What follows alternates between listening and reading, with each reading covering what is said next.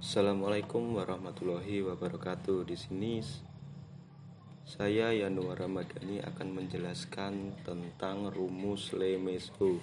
Pengertian rumus Lemesu. Rumus Lemesu adalah rumus yang digunakan untuk mengetahui jumlah sampel. Sampel akan sangat berpengaruh pada representasi populasi dalam sebuah proses penelitian. Oleh karena itu, jumlah sampel harus diketahui oleh peneliti.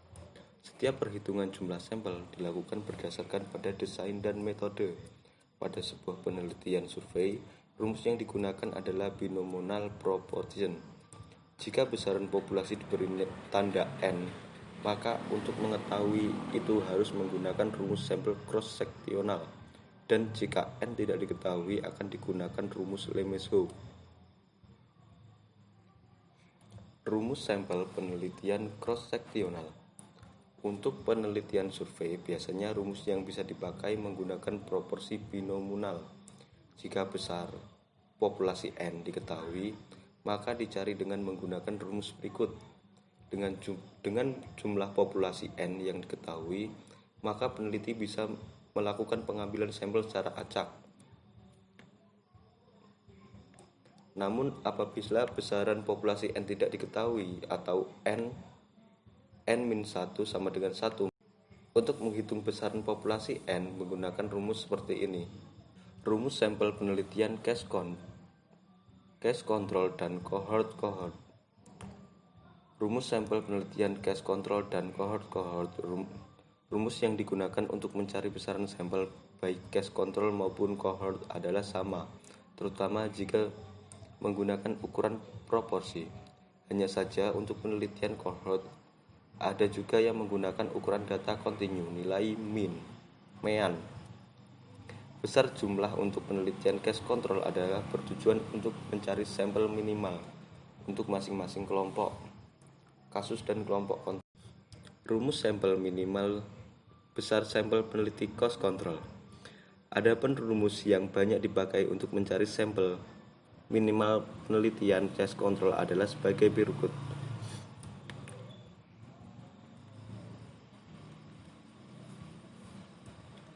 Rumus sampel minimal besaran sampel penelitian cohort. Contoh kasus, misalnya kita ingin mencari sampel minimal pada penelitian tentang pengaruh pemberian ASI eksklusif dengan terhadap berat badan bayi dengan menggunakan tingkat maksimal 95% atau alfa sama dengan 0,05 dan tingkat kuasa atau power 90% atau B sama dengan 0,10 serta kesudahan outcome yang diamati adalah besaran badan bayi yang ditetapkan memiliki nilai asumsi SD sama dengan 0,94 kg dan estimasi selisih antara nilai min. Kesudahan outcome berat badan kelompok tidak terpapar dan kelompok terpapar selama 4 bulan pertama kehidupan bayi U0 sampai U1 besaran 0,6 kg mengacu hasil penelitian PWOS. Maka pikiran jumlah minimal sampel yang dibutuhkan setiap kelompok pengamatan, baik terpapar atau tidak terpapar adalah sama dengan 51,5 orang atau dibulatkan menjadi 52 orang per kelompok. Pada penelitian cohort harus ditambah dengan jumlah loss to follow atau angka lepas selama pengamatan biasanya diasumsikan 15% pada contoh di atas. Maka sampel minimal yang diperlukan menjadi N sama dengan 52. 1 tambah 0,15 sama dengan 59,8 bayi dan atau dibulatkan menjadi sebanyak 60 bayi untuk masing-masing kelompok, baik kelompok terpapar ataupun tidak terpapar, atau total 120 bayi untuk kedua kelompok tersebut. Sekian dari saya, apabila ada kurang lebihnya saya mohon maaf sebesar-besarnya. Assalamualaikum warahmatullahi wabarakatuh.